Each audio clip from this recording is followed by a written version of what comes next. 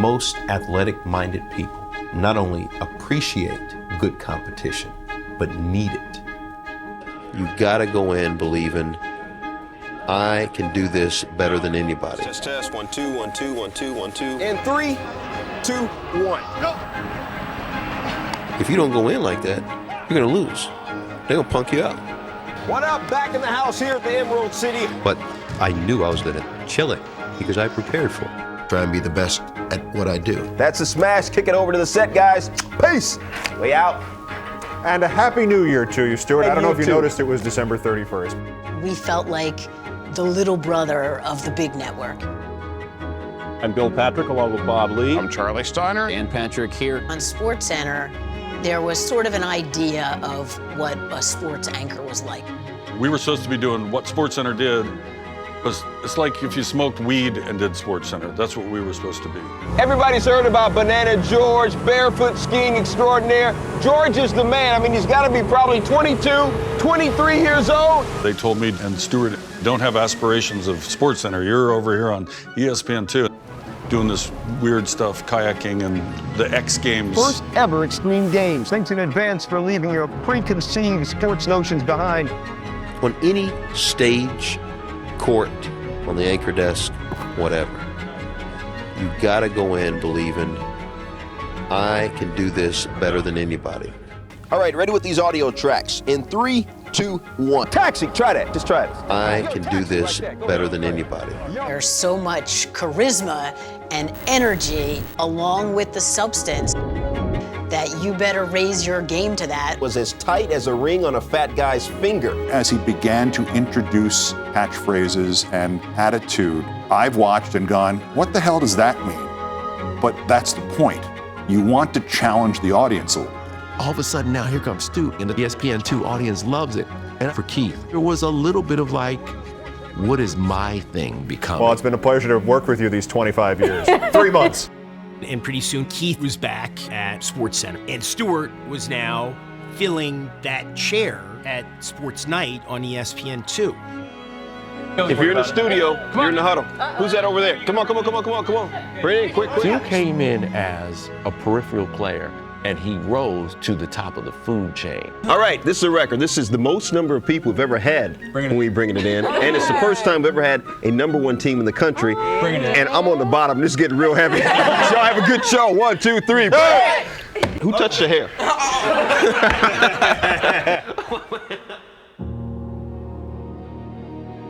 I understand my place. I had doors open for me. Malone sank the game-winning shot as the Jazz beat the Lakers at the Forum tonight. Guys like Jim Hill and John Saunders. A powerful new Canadian cycling team was unveiled today. People who did the same for me that I hope I'm doing for other people. When you see Fred Hickman on CNN, Kick it, Hit it, or throw it. we'll tell you about it. So catch CNN Sports like, oh, Tonight. damn, there's somebody like us. Rene Poussin. The demand for professional drug testing increases. Jim Vance at WRC4. Tonight, the mayor wants to raise D.C. welfare payments, and the Rolling Stones have wrapped up their Washington store. I was not unfamiliar with black faces on TV. Herb Cross, James Brown, Greg and Brian Gumbel. With a new manager in Dallas Green and a team seeking an identity, they're in first place only 16 days. We should always appreciate all those brothers who paved the way. But having seen so many other people do it such a muted fashion, I was like, nah, this dude has the balls to say what he wants to say in an exciting way. He was authentic, he was genuine, he was true to himself. What up? Sports Night School about to get busy. A lot of stuff to cover in class today, including the 3 R's, reading, writing, and arithmetic. First, the reading. Every sentence doesn't need to have perfect noun-verb agreement. I've said ain't on the air because I sometimes use ain't when I'm talking. I'm trying to work over here. I'm gonna write like I talk. You know, it used to be a day when the New York Mets made headlines for their play on the field, even if it was kind of whack. You might not get it, but there are people who do get it. Talking about black athletes, you would think that would automatically be a welcoming environment for black people from a cultural standpoint. But that was not common. Keyword, culture. So he was talking also in the language and the vernacular of those athletes. That mutual respect was something to see.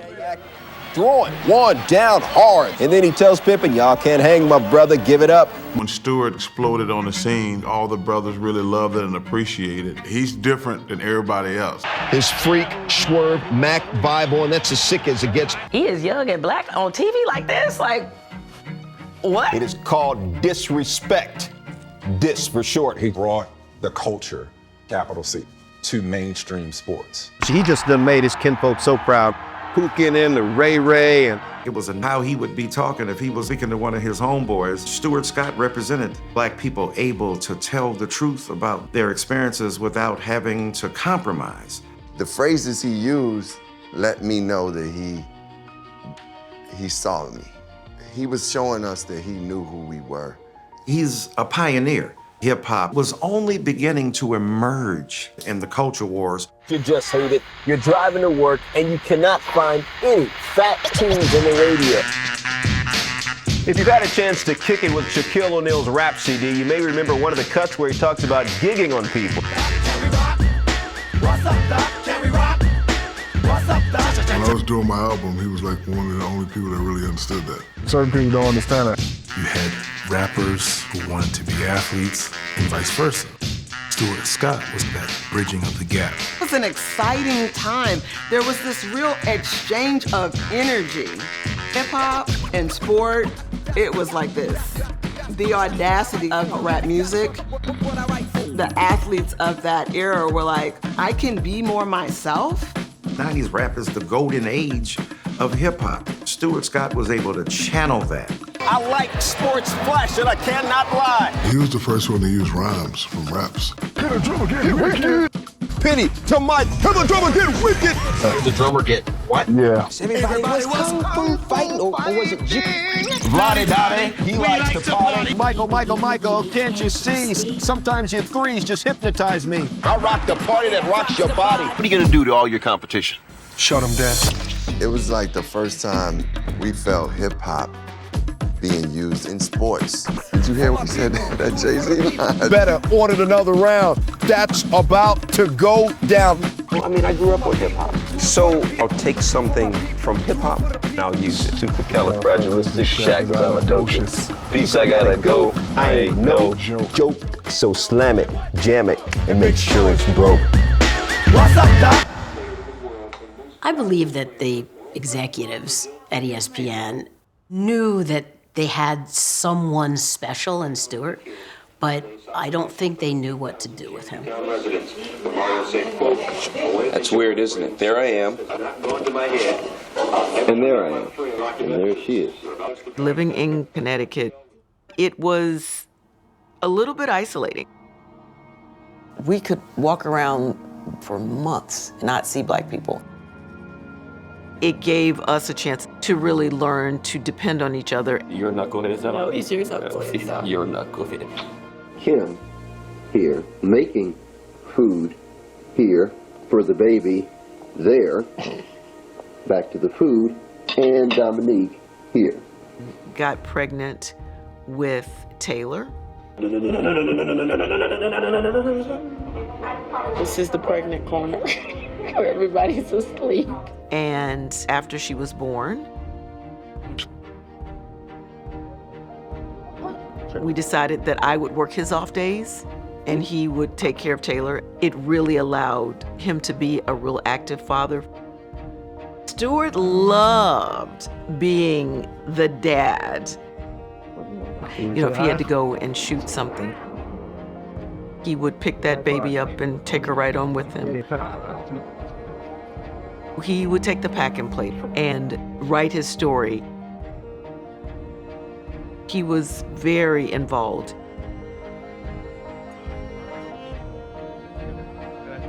It is what made them connect.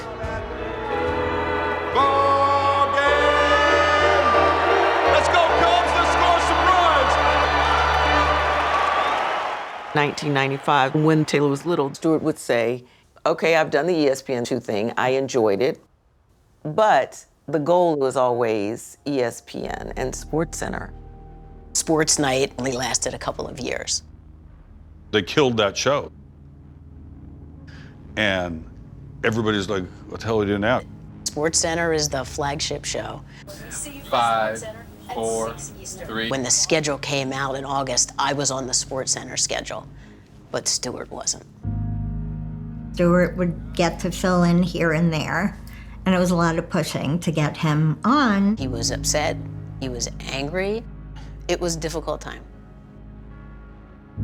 I remember him coming to me and saying that, some executives had told him, tone it down. Basically, they're telling him he was too black. And the guys who made those decisions did not like Stu. They're gonna tell you it was never a personal thing. Bullshit. It was.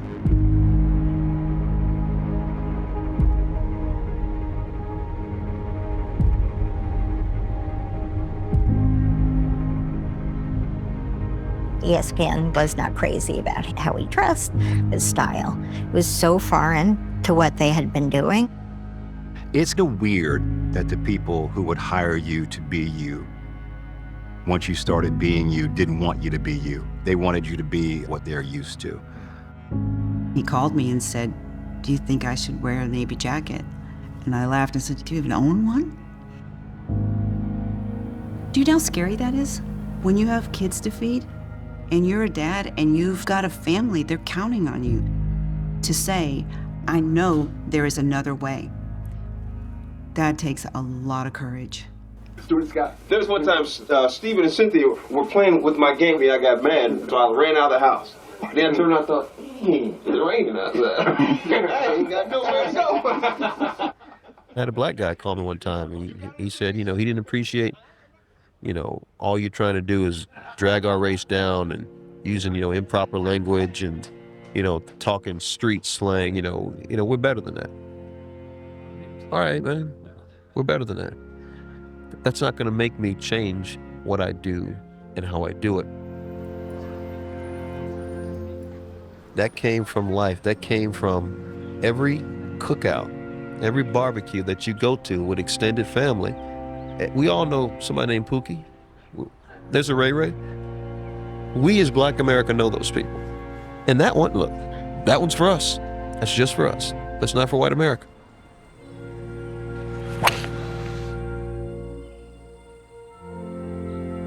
A lot of the pop culture references that other people make, I don't get, and that's cool. But as the Rivieras once sang, we're just out there having fun in the warm California sun. What a life it is that we lead. But somebody's getting them.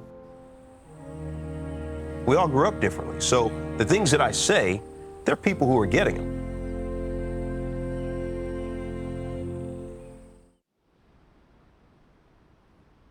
I got to ESPN about a year after Stuart, and he was still not getting a lot of SportsCenter reps.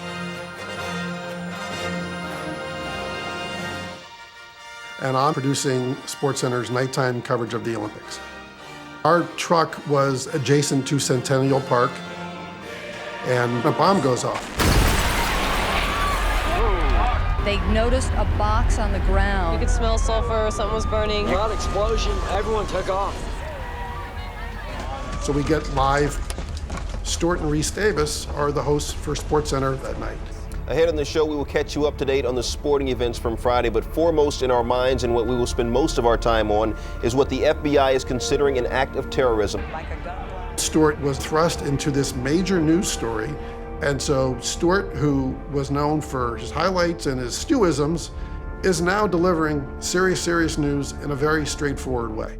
110 people injured, 2 dead. The bomb has brought back images and feelings from Munich. That was the last time before early Saturday morning that violence had ripped through the Olympic Games. Bosses at ESPN are all watching. The explosion will be forever etched in their minds. Stuart showed people that night that he was a pro in any situation. And a couple people in the building go, you know what? It's time for him to be given that opportunity. Come on, let's get fired up for SportsCenter.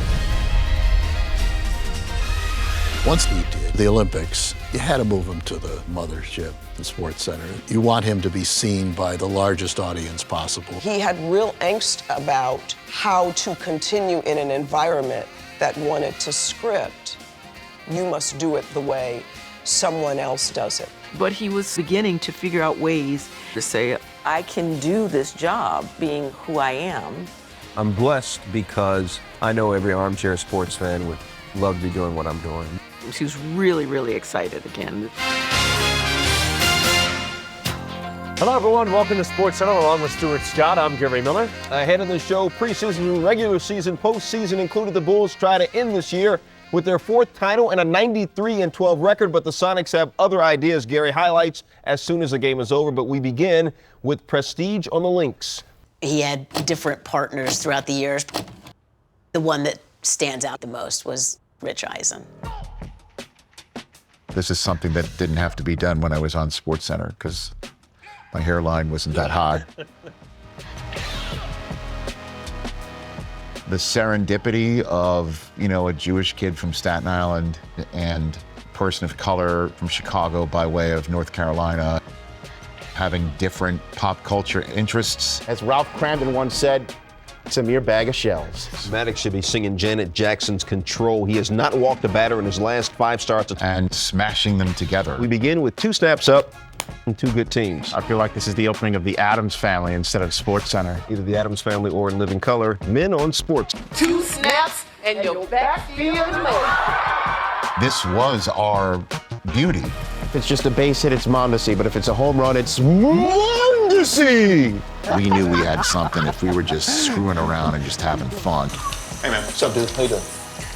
His SportsCenter commercials took it to the next level. That was his acting. This was his comedic chops.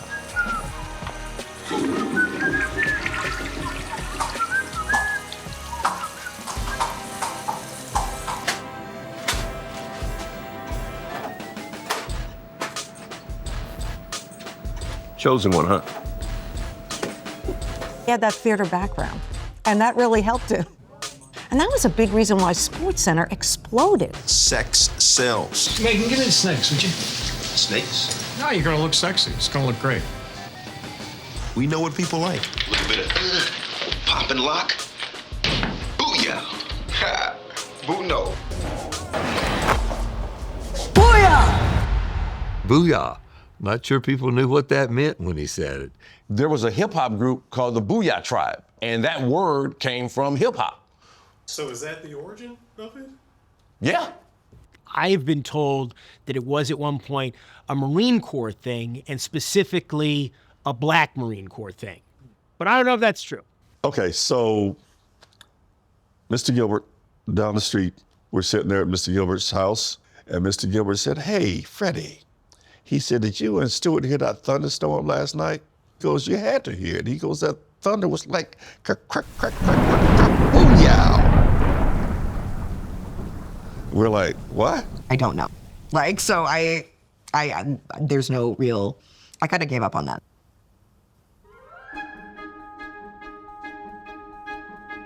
I think people sometimes misunderstand catchphrases for how somebody might tell a story. It's about writing. And when you write in your voice. Jameer Nelson was as cool as the other side of the pillow. Sammy, it is your world, kid. The rest of us just paying rent. You gotta give the facts. You gotta give information. Number 9 of the year for his career against the Cubs, Hernandez hitting .359. Stewart was constantly marking up his shot sheet with statistics. This time was to fix the flat tires. This time he had to readjust the air pressure. Pressing the researcher for extra stats to make the storytelling of his highlight that much better. And then he would also mark it with his catchphrases. Michael is butter because he's on a roll. Don't write in anybody else's voice. Tell your stories in your voice how you say it. JT, can I get a witness from the congregation? It wasn't just Black culture. Stu did a great job of being able to connect with so many different people. Call David Wells, bus driver, because he was taking the A's to school. You play and you have a great game, and then somebody like Stewart delivers it right. The world is mine, and I can bring the noise. Now the whole world also knows who you are. SportsCenter was must-see TV. Come on, Vince, break him off something proper, kid. That was real proper. If he talks about you on SportsCenter, you've made it. Andy Green. Booyah. McGuire. Booyah. Kevin Garnett. Booyah. Booyah.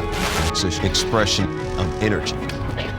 And before ESPN knew what happened, it exploded.